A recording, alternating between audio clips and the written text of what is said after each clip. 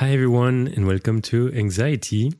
In this episode, I'm happy to have as a guest my friend Frank. We mentioned how it's like to experience anxiety as a man and how it is to open up about it towards friends or to closed ones. And Frank mentions how he decided to face his fears when they started to trigger anxiety attacks and panic attacks. And his journey to understand and to cope with anxiety when it's triggered. I would like to mention that we are not experts, so if you're struggling with anxiety, I would highly recommend to go and see a therapist or a doctor, because every path is different. So whatever we say about how we coped with anxiety is probably not the way you would have to cope with your own anxiety. And it's always good to get the advice of a professional to find your own path to get out of anxiety or to cope with it. Trigger warning: in this episode, at several occasions, we mention use of drugs and use of alcohol. Don't use drugs. They're super harmful for your health, be it mental or physical. And also don't use alcohol or drink responsibly, because you don't want to trigger more anxiety than you're already experiencing. If you like listening to this podcast or if you liked this episode, feel free to subscribe or to give it a rating. That would be the best to help me get this podcast to be more known and more spread among anxious people. Thank you very much and have a good listening.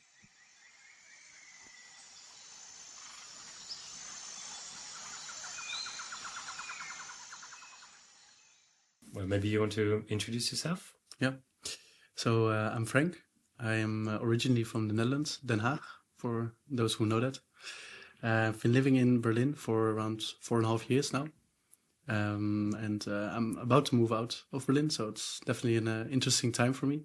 I don't yet really know where I'm going next, but now moving stuff.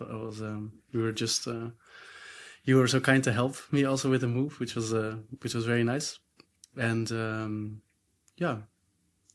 maybe it's interesting to know also what kind of work I do. Mm-hmm. I'm working in technology, mostly social engagement. So originally I've founded a couple of startups. One when I was a bit younger, around 18 in Rotterdam, and later one also in Berlin called Follow the Vote. And now I'm working also for another social startup called Holy. So a lot of working behind my laptop, which is fun. Sometimes also lonely, but also gives you a lot of freedom. Okay, nice. So we met through our friend Axel in Berlin. We went on a little party, and in this party we started to talk about, we got to talk about this podcast and about anxiety. And I realized that immediately it looked like it lit up something in you, like it definitely rang a bell to you. Would you like to tell us what your story about anxiety is? Yeah, of course. And always, also to you, really nice that you're doing this podcast and making space for this topic. Especially for men, it's sometimes more difficult to discuss it and be open about it. So I felt the same spark to you, actually. Yeah, for me, where anxiety started is, as I already said, I worked for a startup. I started my own company. So when I moved here to Berlin, I basically had too many things going on, too many projects and a lot of deadlines. And I think the first time I really felt it was when we actually launched the company. And I didn't really know what it was as well. I just felt all of a sudden this choked up feeling, and I couldn't concentrate anymore. I got lightheaded. And luckily, a friend of mine was a bit more knowledgeable about the topic and told me, close your laptop. I'm going to come to you. We're going to drink a tea. And everything actually went by relatively fast. So I also didn't really give it another thought. I didn't even really label it as anxiety.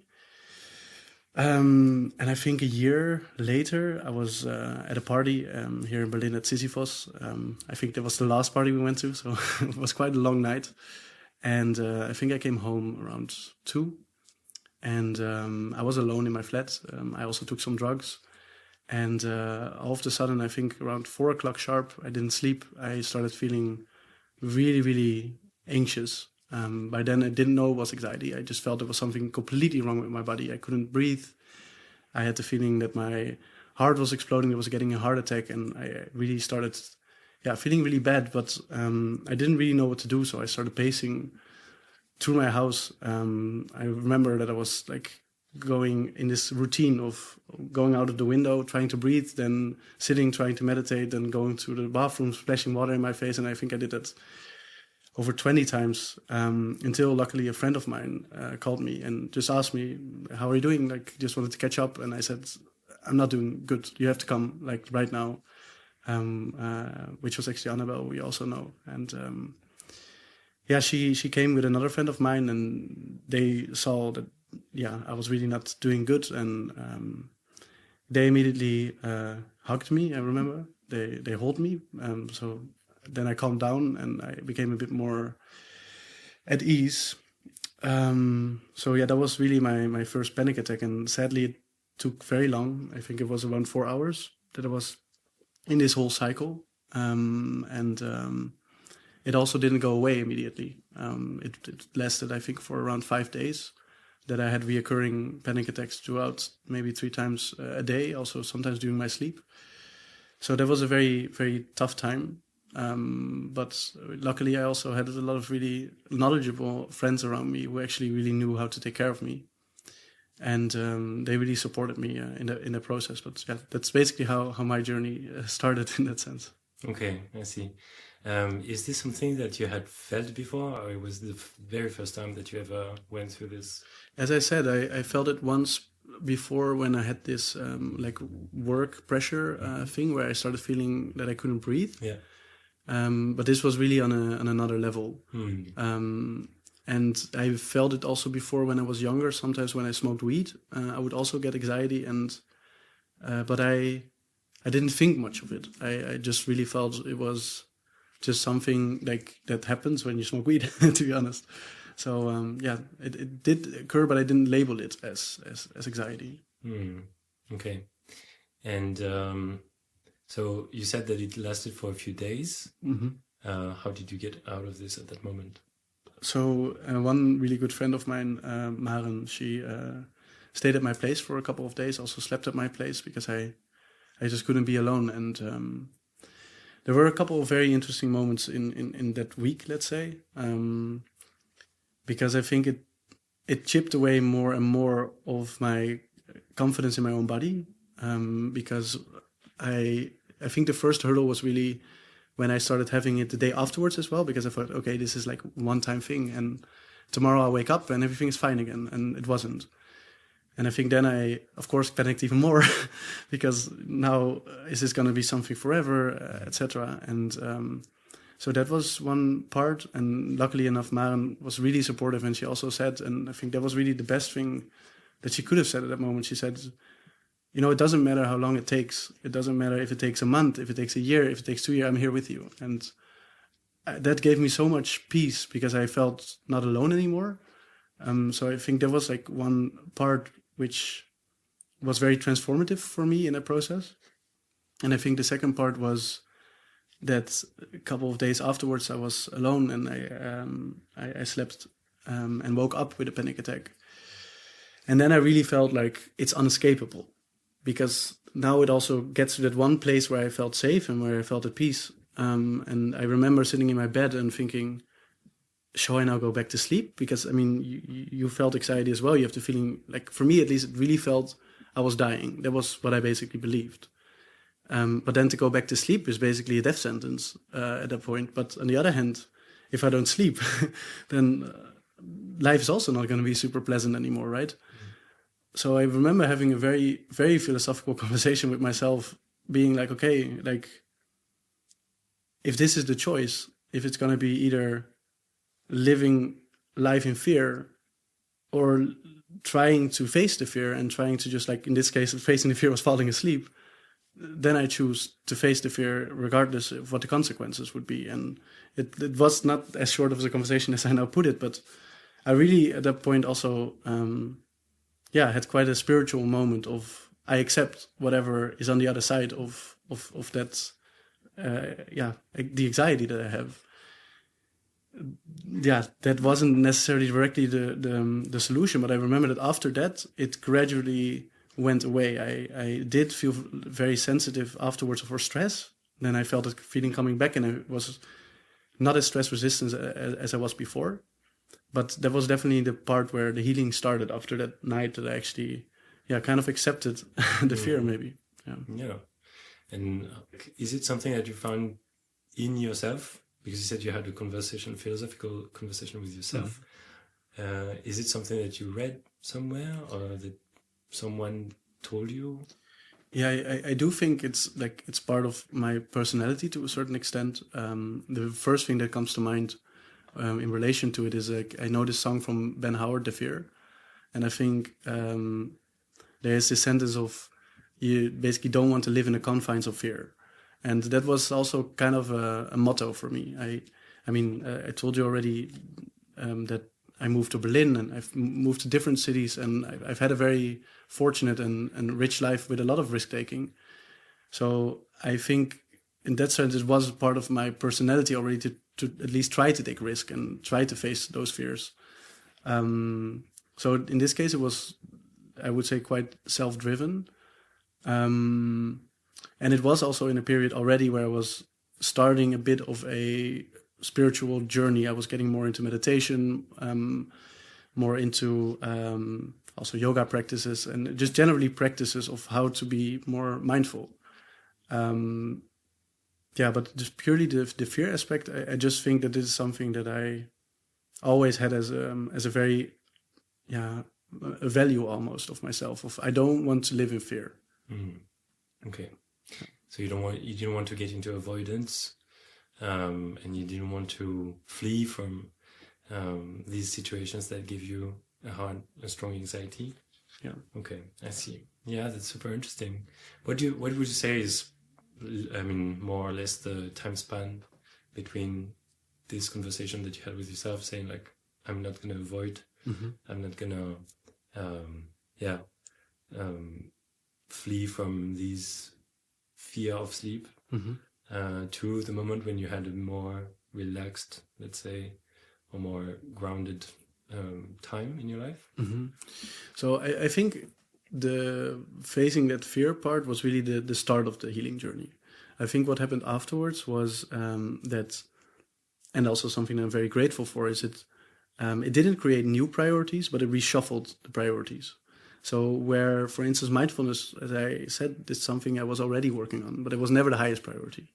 But then when you come into a situation where you start feeling, okay, if I can't be at peace with my mind, actually all of the other things I can't achieve. I'm basically stuck. So it became my highest priority, and I started getting more and more intensely also into meditation practices. Also, breathing exercises was something I then afterwards got into that every day, and actually quite like the Wim Hof method is like kind of the person in the Netherlands which we refer to for those particular breathing exercises. I'm aware that he took that from traditions, but that's how I got acquainted with them. And they're basically like hyperventilation-ish breathing exercises, which feel very, very similar to anxiety. And again, maybe under the theme of facing fears, I felt very much the need to try to practice that feeling, because I felt very quickly, okay, this is a feeling. I was super aware that it was in my head. It was not real. I think I also learned very quickly that actually a panic attack only takes around, 15 minutes physically. And then if you basically experience it for any time longer, it is because you trigger another panic attack within that panic attack, kind of. At least that's how I now remember it and understood it at the time. And so it became for me, this practice of also breath exercises became a way for me to invite it in, and to, in a controlled way, get more familiar with that feeling, and being able to steer my mind towards a place where, okay, I'm not afraid of you. I can deal with you, I can sit with you, and I can let you pass. And that really helped me as well whenever I then felt anxiety. I kind of knew what to do to a certain extent better. So I really tried to like train the mind in a certain way. Okay. Yeah. I see. When it comes to this point of facing the fear of anxiety, I was with a friend in Den Haag, my hometown, and we were at that time free. We were on holidays, and we had an amazing time, and also no anxiety, nothing happening, blah blah. And then I think we smoked a little bit of weed, and we wanted to go to a Bob Marley tribute concert. And it was, I think, 30 degrees outside. It was already like super, how do you say that? Like choky. Like you couldn't really breathe properly. Yeah, very stuffy. Yeah, exactly. And I felt already a bit uncomfortable after I smoked a joint, but then we were like, okay, let's just quickly smoke it still in the queue and let's go inside. And we were in this building and it was so crowded. And I started feeling like, oh, I need to get out of here, you know? Like you already said, you struggle sometimes with many people. And I really felt I need to run like out of this place. And we get further in the queue and, you know, you feel this buildup of like, oh, I cannot take it. And at one point I said to my friend, okay, I need to go outside to get some air. And then I was completely like panic and I didn't want to go back in.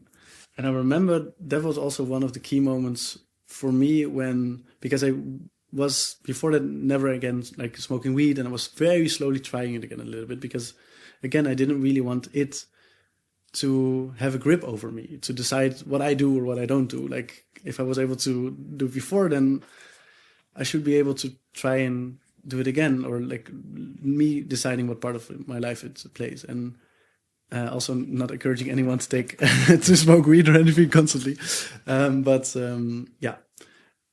Eventually, I decided to get back into the concert hall because I realized one important thing, which was, okay, what is really the worst that can happen right now? If I get a panic attack and it really gets to the worst point, I will probably just faint, because that's the feeling I had at that point. I'm there with one of my best friends who's going to take care of me. I'm there with my brother is inside with his friends. They will take care of me. Like in the worst case scenario, people will take care of me. So why not take a risk? Like, because if I now decide to not go in, I am 100% sure that this will have a much greater effect on me than if I just decide to go in. And I'm saying this as if it was an easy decision and it was easy to convince myself at that moment. But I think it was definitely the right decision. I went inside and I was dancing there with my brother, and it was a super amazing night. We came out, forgot about it. And again, there was this, I had a couple of those key moments where I was able to maybe make the right decision.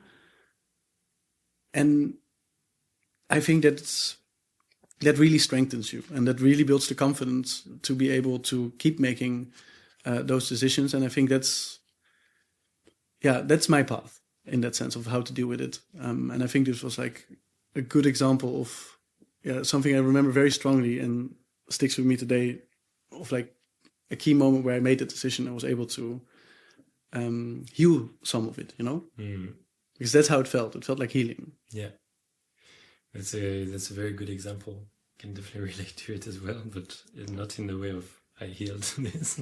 I fled from a stadium because it was too much, and I had this anxiety of like how, you know, when there are rows of seats and you're on that last seat that is so far away from the main alley, so you cannot flee.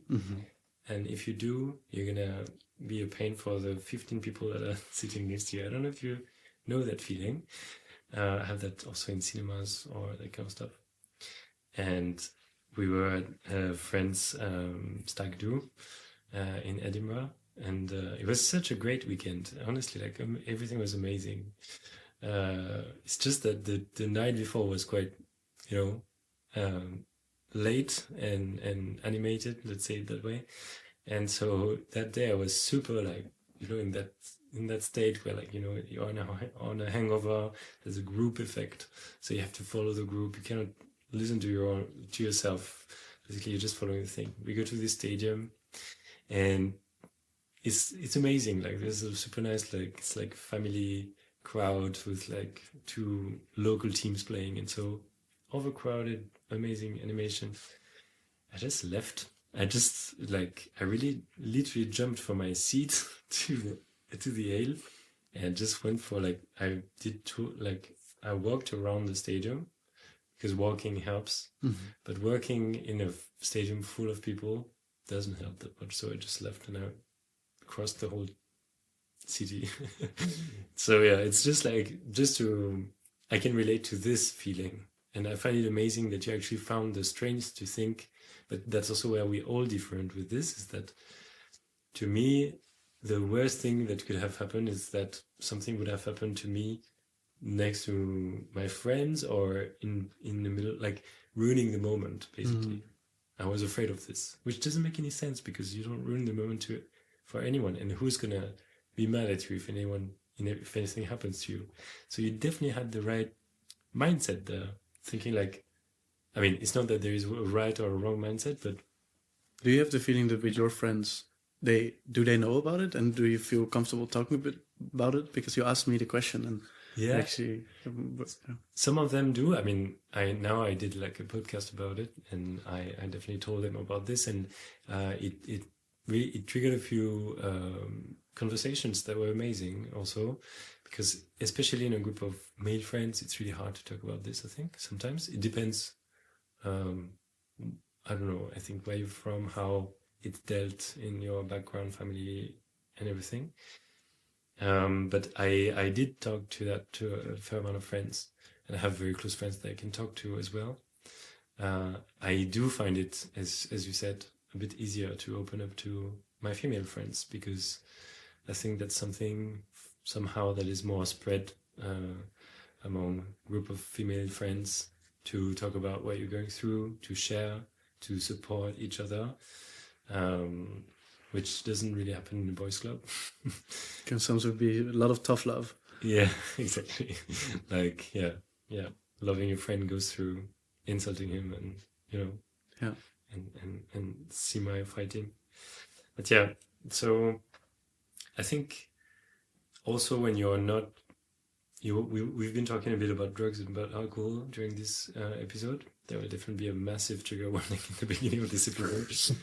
But it's just that I think that when you have that kind of night out and then the next day you have to function, also you just don't have the right thoughts or the right way of thinking things through. Yeah. And sometimes you're going to go way too far. Already your anxiety is not helping, and drugs and alcohol are making it even worse.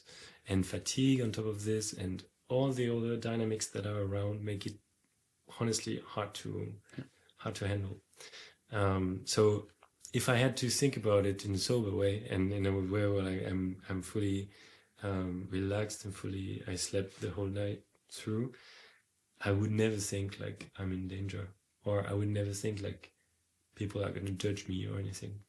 But this whole thing, this whole state, physical state where I'm in after a night out, and when we have to go to a big gathering, it's just too much. And like, because on that kind of weekend also, like I went from Berlin to Edinburgh with the train, because I don't want to fly too much, not just for anxiety reasons, although that's part of it, but also because I'm conscious of like how much I fly and the environment. Yeah, exactly. And I thought like, why not going by train to Edinburgh? How long was it?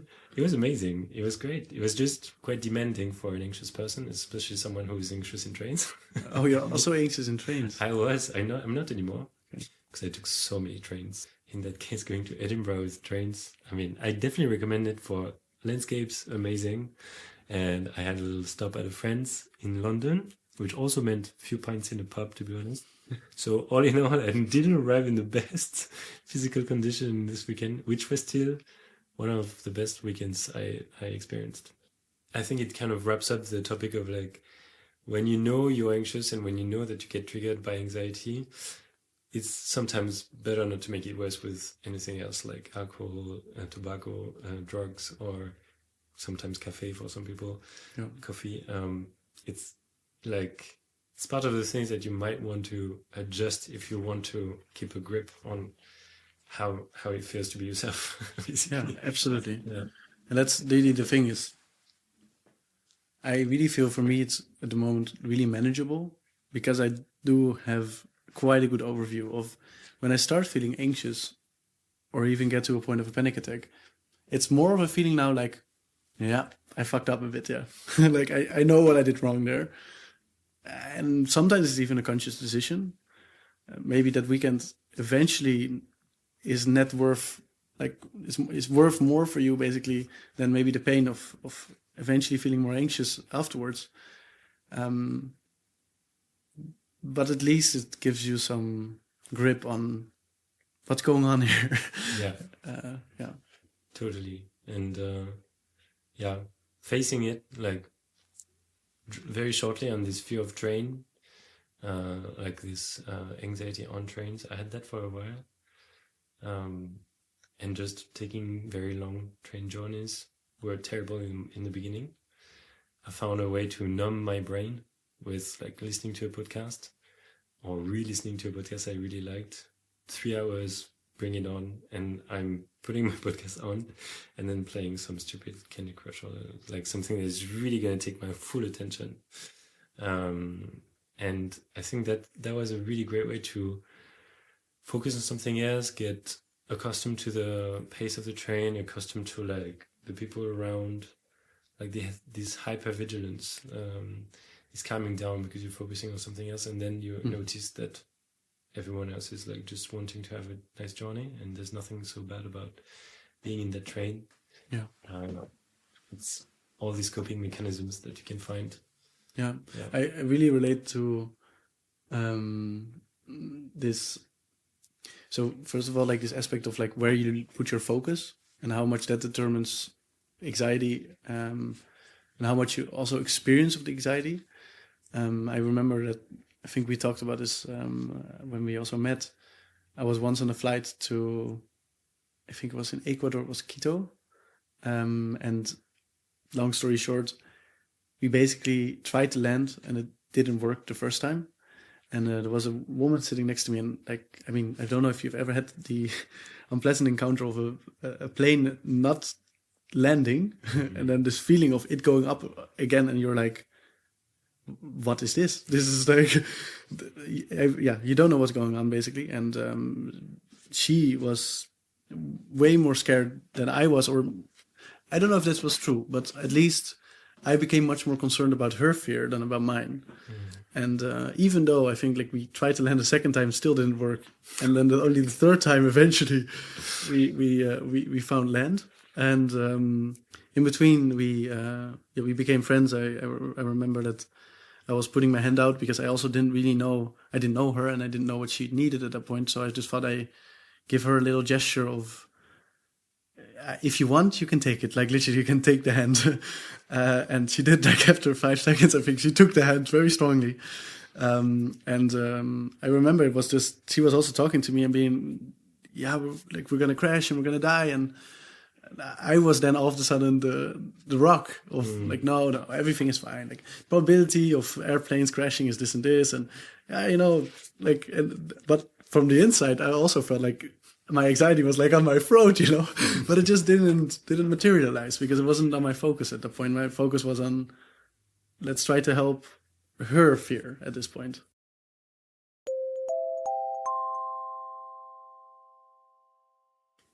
You mentioned earlier, and it's a very important point for me as well, that we are 2 men talking about mental health on a mic, which I feel is like, it's getting more and more usual, but it's still not so much. When you found out about anxiety, did you find it easy to open up about it? So I'm, in that sense, fortunate enough to also have a lot of female friends. So I already mentioned 2, Annabelle and Maren. I also, one of my best friends, David, was also there through the whole process with me. I did think I found it easier to share with women about it than with men. I felt understood, or I felt heard by men, but maybe less understood. I think that's the way I experienced it, yeah.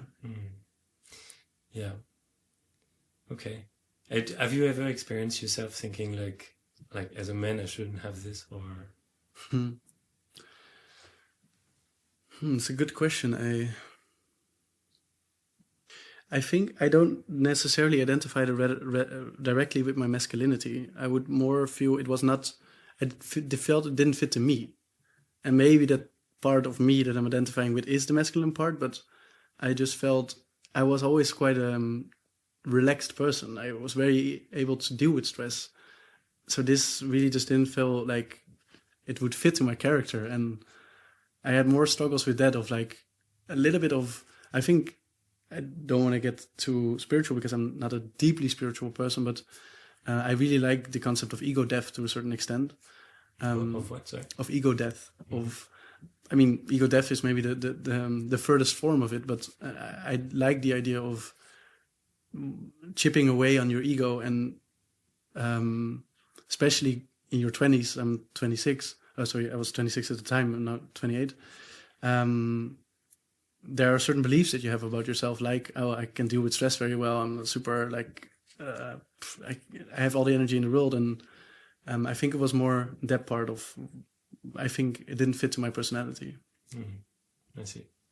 The support that you had with your female friends also, so you mentioned that you also had support from your male friends, but you talked about Maren and Annabelle. Like, not into getting in personal with them because they didn't agree with this, but just, do you think it's a matter they were already acquainted with? For example, Maren told you, like, it doesn't matter how long it's going to take. Do you think she was already knowledgeable about this? Yeah, she had some friends who already dealt with anxiety. Again, I think female friends, so there might be something there still. And I think for Annabelle was the same thing. So they were able to emphasize with it either through their own experiences or through friends that they have already helped. Yeah. I see. Yeah. Okay. So it's interesting to see that, like, to get out of it, the way you tell about it, or the way I understand it at least, is that it's like you took a decision. And I find it super powerful because when you are deeply in this state, and I'm sure a lot of people who are listening to this and who've been through this understand, when you're in this state, it looks like everything is overwhelming. And especially when you are fearing, like, I also had fear sleep for a while. I was combining fear sleep and fear of being tired during the day. So both of them were just like a nice combination of, you're gonna have a shit time, my boy. Like, if you cannot go to sleep and you're like, come on, sleep, and it doesn't work, obviously.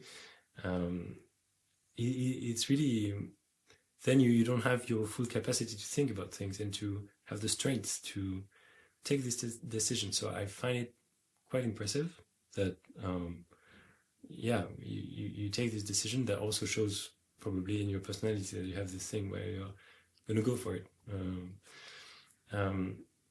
Do you think that the rest of your way of living, your spiritual, not spiritual, but like your state of mind, helped in this, with already being in the mindfulness? Yeah, so it was already, I think that's like really the separation between what you talked about before with the masculinity, so to say, and the frames around it as well.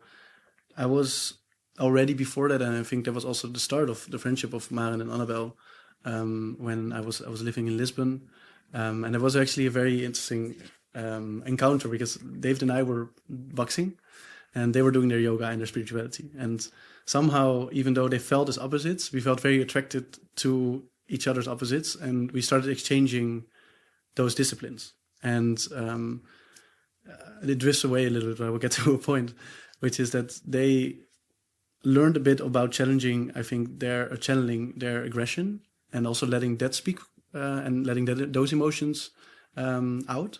And for us, it was a start of a journey of getting better in touch with our emotions and being able to feel vulnerable. And I think that was already something that started years before that, and came together with meditation, and it came together with certain practices. But it was, I think, the general understanding of trying to understand who you are, not through what your beliefs are, but trying to do that through what you feel. And I think that was something that helped me a lot during that period, because I think if I would have still been a person who was more afraid of their emotions, this would have been a way more difficult journey, to be honest. For sure. I see. Okay. So far we've talked about how it started, how you went through it, and how friends have been helping you. So you said that you're not experiencing that at all anymore. No, I am. And so for me, it's now very clear what the triggers are. For me, it's basically whenever I sleep less than 2 hours, I can set a timer at 4 o'clock in the afternoon. I will get signs of a panic attack. Whether or not it eventually materializes into a real panic attack depends a little bit on what I do next. But I can really set a clock to it. Okay.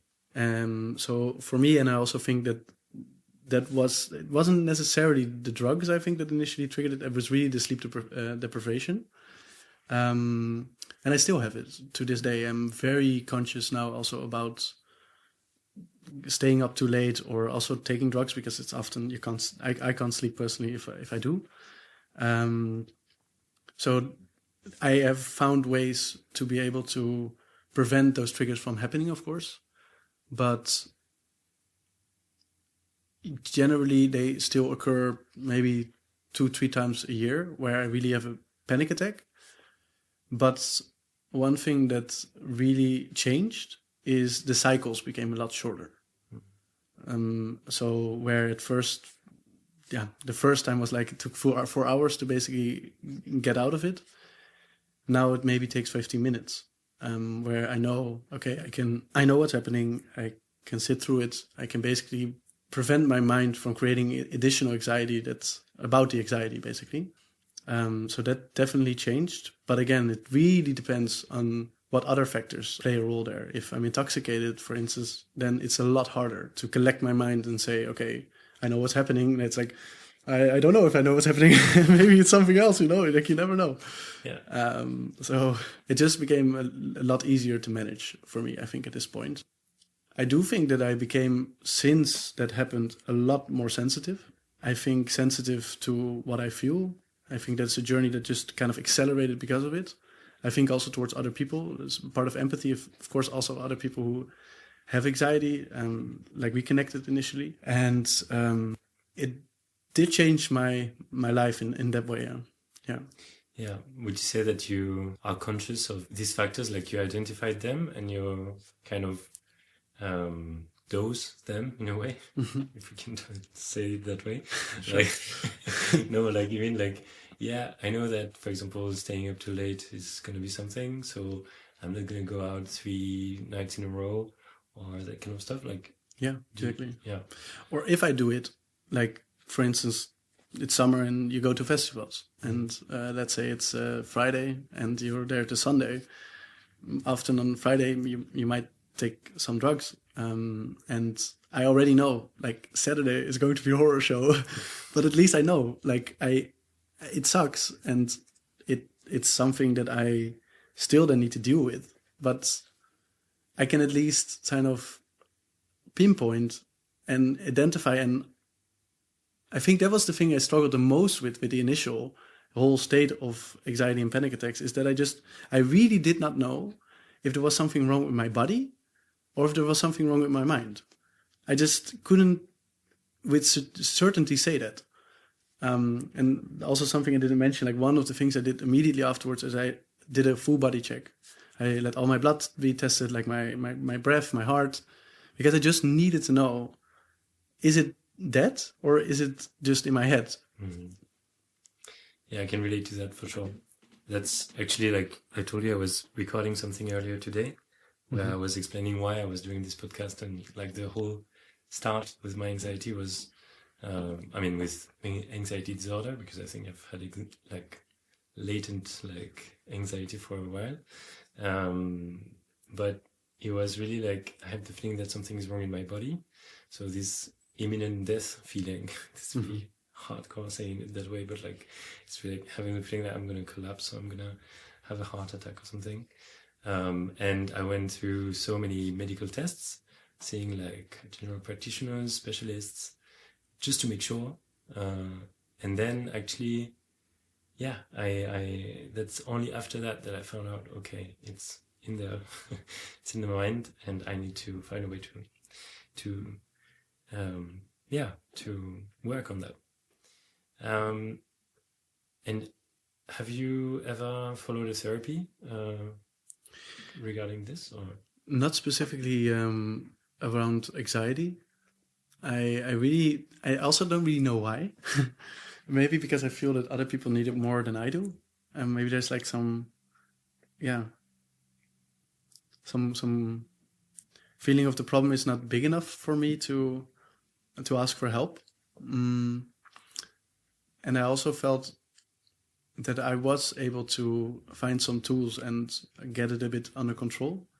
But I've did therapy about other things. So actually, to be honest, I don't really know why I never thought about talking about that part. Maybe it was also something that I felt. I think for me, like a part of it is also overthinking in general. And sometimes I have the feeling that I fear that over discussing it or digging into the topic more through therapy might lead to me overthinking or making the topic even more prominent for myself, which I understand is not completely irrational. Like, it doesn't have to be that way. It depends on the type of therapy and the therapist and everything. But I think that might be the thing that's preventing me to do that. Yeah. like not wanting to dig too deep, or not wanting to create new areas of vigilance? Like, yeah, maybe.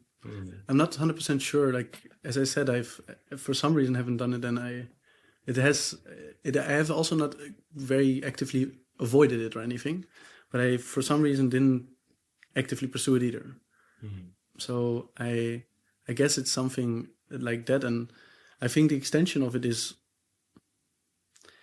I think that sometimes in life, like, things generally I think happen for a reason. At least that's my coping mechanism to at least tell myself if something happens, especially when something bad happens, that it was a teaching. It was something that I needed to learn, and I could have not learned it in any other way. And I just need to kind of embrace it and try to see the learning in it. And I don't mean that from a tech bro, like, listen to the next podcast and whatever, but really more from a perspective of seeing your life through that lens. And I think for me, it already became kind of always like a red line through my life, because it created this narrative of like not trying to be afraid, and it created extra sensitivity. So I sometimes do feel I'm more fearful than I was when I was younger. But on the other hand, I have the feeling I steer less into the fear, in terms of I try to avoid fear less often than I used to be. So it did open up weirdly. For instance, doing this podcast might have been something that I was super anxious about back in the days, but then I wouldn't get anxious about it. I would just not do it, Yeah. So in that sense, I feel that the best way for me was really trying to, every time that I feel that anxiety, to do something with it or something, and not necessarily to talk about it, maybe, like as to a therapist and talk about what should be done. Just feel it, then it's a sign you have to do something with it now. I love this saying from, I think it's a book, The Untethered Soul, where they say like your edges point in your direction. Whenever you feel a scratch or when you feel this friction, that's your compass, basically. That's where you need to try to. You don't always have to go into it, but at least it says something about you. Yeah, it shows like a boundary or like a limitation that you could have, and it's a teaching. That's what you mean? Yeah, exactly. Yeah. And whatever you want to do with the teaching, that's completely dependent on the situation, of course, but it at least says something about you. When you don't feel anything about something, it also doesn't say so much, And anxiety for me also became a bit of an amplifier of those edges. So do you see like good sides of it? So many, because as I already alluded to, the part of empathy towards other people, especially people who are like more sensitive themselves. Maybe before I wasn't able to, always have the patience also towards other people. The understand, like I have patience, but of course it comes from, for me at least, understanding as well and empathy. And I think that really, really increased. And I think I became a much nicer person through it, or at least I hope so. And for myself, I think it really helped reshuffle first the priorities. So for me, mental health is now always the first priority. And if I really feel that this is compromised, I drop everything, because it's not worth it, you know, like everything else will fall apart anyways, otherwise. So I think it really made it very clear what my priorities are. And I just really feel that there is so many lessons in it, because it's so often in life that you are able to ignore yourself. And I think that's the interesting thing about anxiety. It's basically, for me, it's like my body saying, you will no longer ignore me. And maybe that's the only way that I am willing to listen. Mm-hmm.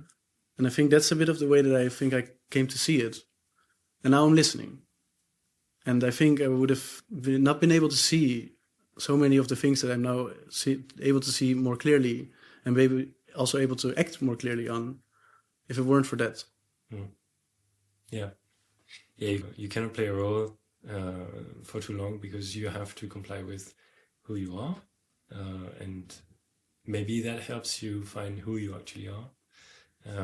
In your case, it sounds like you found out, or you confirmed, some kind of compatibility and some kind of like, I want to face things. I don't want to flee. I want to, I want to face things, and that sounds like a very good learning. I mean, I feel it in so many situations where, in relationships, when I feel, okay, this is actually not really working out for me. I feel at a certain point it just gets so overwhelming now, and it consumes me completely. I get anxiety. I cannot think. Maybe not a panic attack, but it gets to a level of anxiety which I didn't have before that.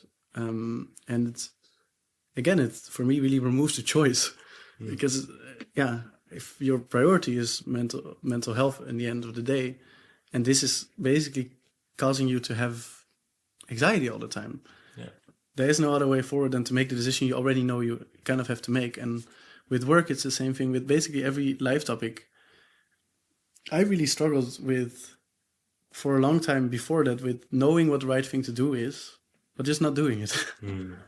And I guess that's the thing I'm most grateful for. That it really helped me to then do it, because I have no choice. Yeah, that sounds good. Okay, and are there special activities, like things that you like to do, that help you feel a bit more relaxed, or that help you prevent being in that state of being anxious, having like automatic ideas firing? You mentioned a few already, but like, is there anything, like, can be sports, can be activities, going out with friends? So I think the most important thing for me is when I start feeling that I get anxious, is I need to be around people. Like, being alone makes me feel that in the worst case scenario, something bad would happen and no one would be there to find out, basically. So just being around people is like one of the most important things to right away do. I think the other one is, of course, sports is like, it's a big part of my life. I love to run. I love to do kickboxing. I love to do tennis. Every sport, basically. I would say that is more something that I use, I think, to, when it's not necessarily at a level where I'm overwhelmed by it, but I feel general anxiety in my body, then sports is really the way for me to get it out. So it's kind of like not preventative, but it's like kind of half in there, basically, when I start feeling the seed of it.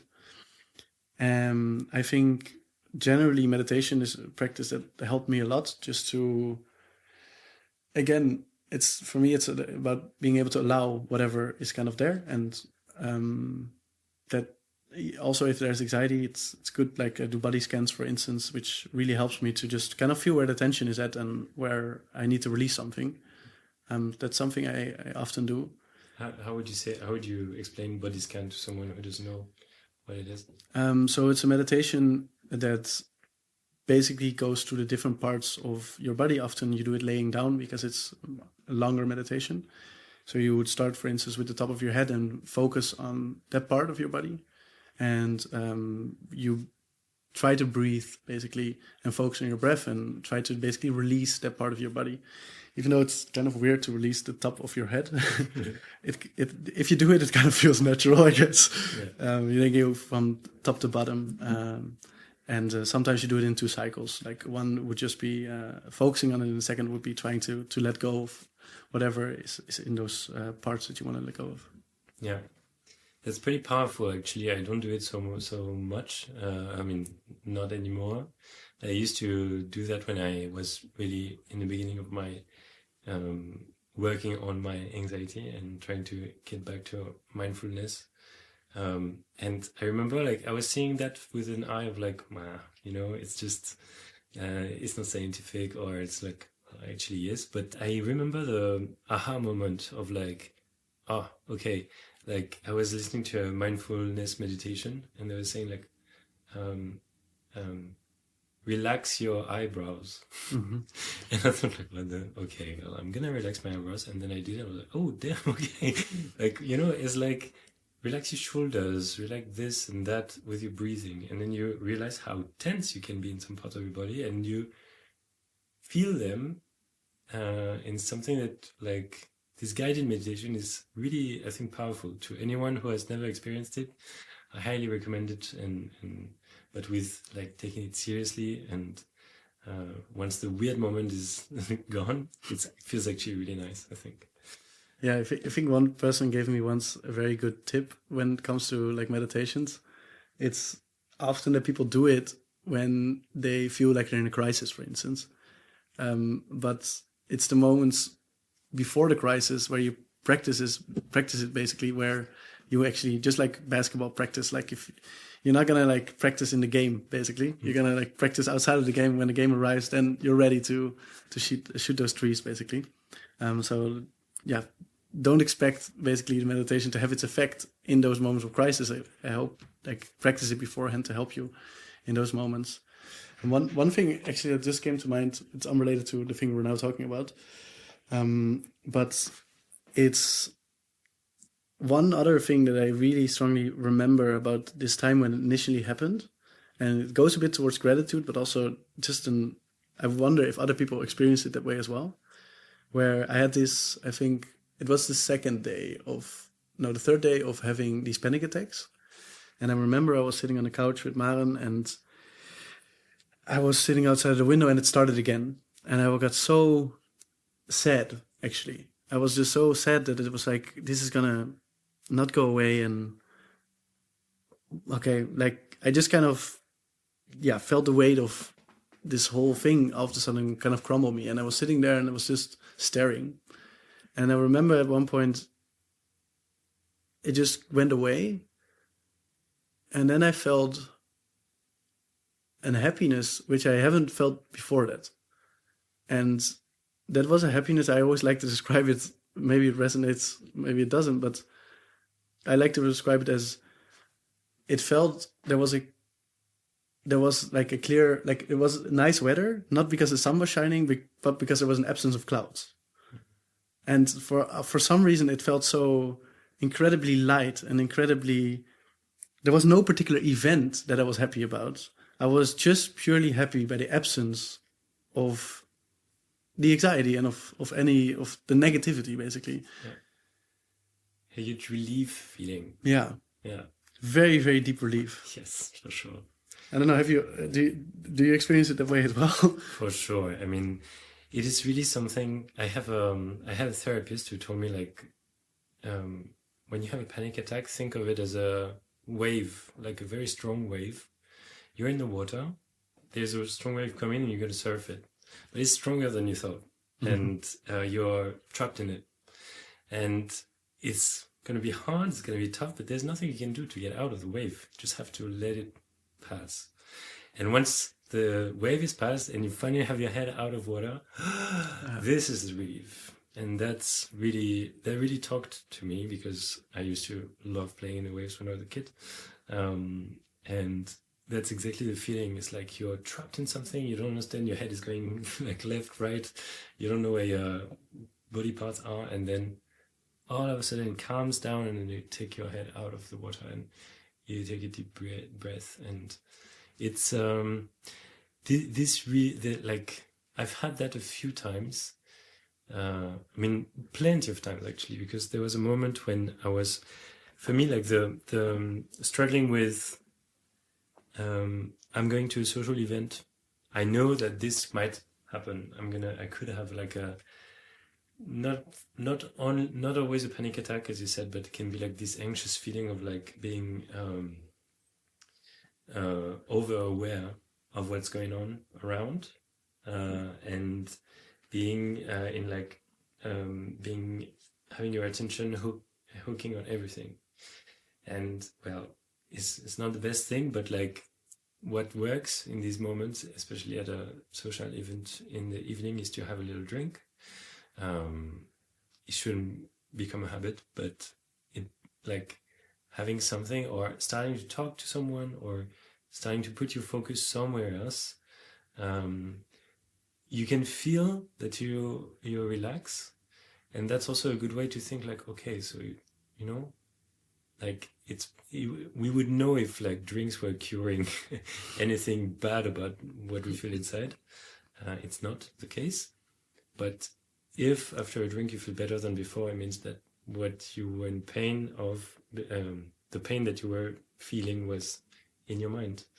And so this relief feeling, obviously I didn't have it only with alcohol, and I really don't don't use alcohol to get out of anxiety, please. But this relief feeling of like this panic attack is gone, and now I can breathe normally again, or I'm safe now. It was nothing in the end. It's not nothing, but like it was not that bad. It's like I don't think I would have felt it that way without experiencing anxiety. Nowadays, I have a very fulfilled life. I think like the fact of having a kid also took the focus a bit away from myself, and I am enjoying every social gathering I can have, and also that like being a dad allows me to have, and not feeling this leash or this constraint is amazing, because then I can really enjoy these moments much better than I would have before. That would have been just another night or just another meeting with a friend. And now I'm just like embracing them. And I wouldn't say that everyone should go through anxiety again. But to everyone who is experiencing this, I would say hold on. There's a brighter future if there's some relief in the end. There is some relief in the end, for sure. Regarding this topic, so probably some people are listening to us and they are in the heart of the wave and they don't know how to get out of it. Is there anything you would like to maybe advise? I know that everyone is different and that your case is not going to talk to everyone, but is there maybe like a book that you read that like kind of opened your mind about something? A movie, it can be just a song, anything, or just an piece of advice that you would like to give? I think definitely knowledge helped me a lot. So I don't have a particular book. I'm more a podcast person. So I listen, for instance, to a lot of Huberman Lab episodes about generally how the brain works. And I don't remember half of the stuff I've ever listened to, but I do remember that in that time, it helped me a lot to just learn about the subject more generally and to understand mechanisms that you already mentioned. I think the most important advice is just really this key fact of it only takes around 15 minutes physically. So what you feel is real. And you should also not take anything away from it. And it sucks and it hurts. And as you said, like I would wish no one to have that feeling. But for me, that small little key fact that I took away from listening probably to a lot of different information sources really helped me so much to also in those moments realize it will pass. And it will pass within a reasonable amount of time. Then I'm speaking specifically about, like, of course, panic attacks when it really gets to its conclusion. But yeah, that would be that's not a piece of advice, but it was just a realization that for me was really key in being able to, okay, I do like the app workouts for 15 minutes and it sucks and it burns and it's like something I want to be over all the time, but you make it out of the other side, and just like this, you'll make it out of the other side. And I think that really helped me to, as something that most often now goes through my mind immediately. So I don't know if it's a piece of advice, but it's kind of a key realization I took away from it. Yeah. And by the way, that goes again for actually every emotion, also sadness, and also like if we're talking about the whole aspect of mental well-being, it's also feeling sad will pass, and feeling happy also, sadly, but that things will just pass. I think that's, if you can learn how to be okay with that, then I guess you're already halfway there. Yeah, it's like brace yourself through that, but then something brighter can happen afterwards. Yeah. And I think a book in general, which I think is very nice, I think it's called The Untethered Soul. And the thing I really like about it and how it, for me, translates to anxiety is that it speaks basically about who is the voice in your head. And it starts with that question of, okay, you hear the voice of your head. So who's the one listening? And that premises really creates all of the sudden distance between whatever goes on in your head and who you are. And it also shifts the aspect of agency, because especially when you have anxiety, if you listen to what is going on in your mind, it's all about, I'm going to die, this is wrong, panic, like negative thoughts, basically. All of it is anxious thoughts. But to say, I am not dead, creates also, for me at least, some aspect of, therefore I can separate myself from it to a certain extent. Mm-hmm. I think that was really helped me. Just like, there's other things in the book which I also think, maybe that goes a bit too far or that doesn't fit to me. But just that particular key message created for me a little bit of a different way of looking at my mind, and also in moments of anxiety was able to observe it better and to create space. Because I think that creating space is such a key thing that you need to learn, basically. Yeah. To not be reactive right away to whatever that anxiety voice is telling you, Mm-hmm. Yeah. What did you say the book was called again? The Unethered Soul. The Unethered Soul. Oh, yeah. I see. I'm not 100% sure if it's unfettered or unethered. Just look it up. It's okay. It's fine. It's okay. Wait, I mean, I'll put it in the description anyway. Okay. That's cool. You can send it to me. I'll just put it in the description. Sure. Yeah. Nice. Is there anything else you wanted to mention? I think what really helps well, if you feel more generally anxious about life, because I mean that's something we haven't really touched about, is this more lighter form of anxiety of, am I going where I want to go? Or like, I mean, you've now have a kid and have also a stable relationship and everything, but for a lot of people, now coming to their 30s, it becomes a topic of, where's my life going, and is it going in the direction I was expecting it to go? And I think there as well, that's a source of a lot of mild anxiety. I think that kind of is an undercurrent to your wave analogy, which I do experience as well. And I think the best remedy for that is to help other people, because exactly to this analogy of this person on the airplane, I now don't focus on my suffering, and I don't focus on whatever is not right in my life. But if you help someone who's living on the streets, those little problems, they evaporate very, very quickly, and you're able to shift your focus very, very quickly. Mm. So I think there's also studies on that volunteering, for instance, has a very positive effect on mental health in general, and I think also on depression specifically. And I don't know if there's studies on anxiety, but I could very much imagine that. Maybe we have to fact check this one. But that would also be something that I would definitely say as an advice. If you just feel this general anxiety and this undertone, just try to do something for someone else. It just shifts the focus. That sounds great.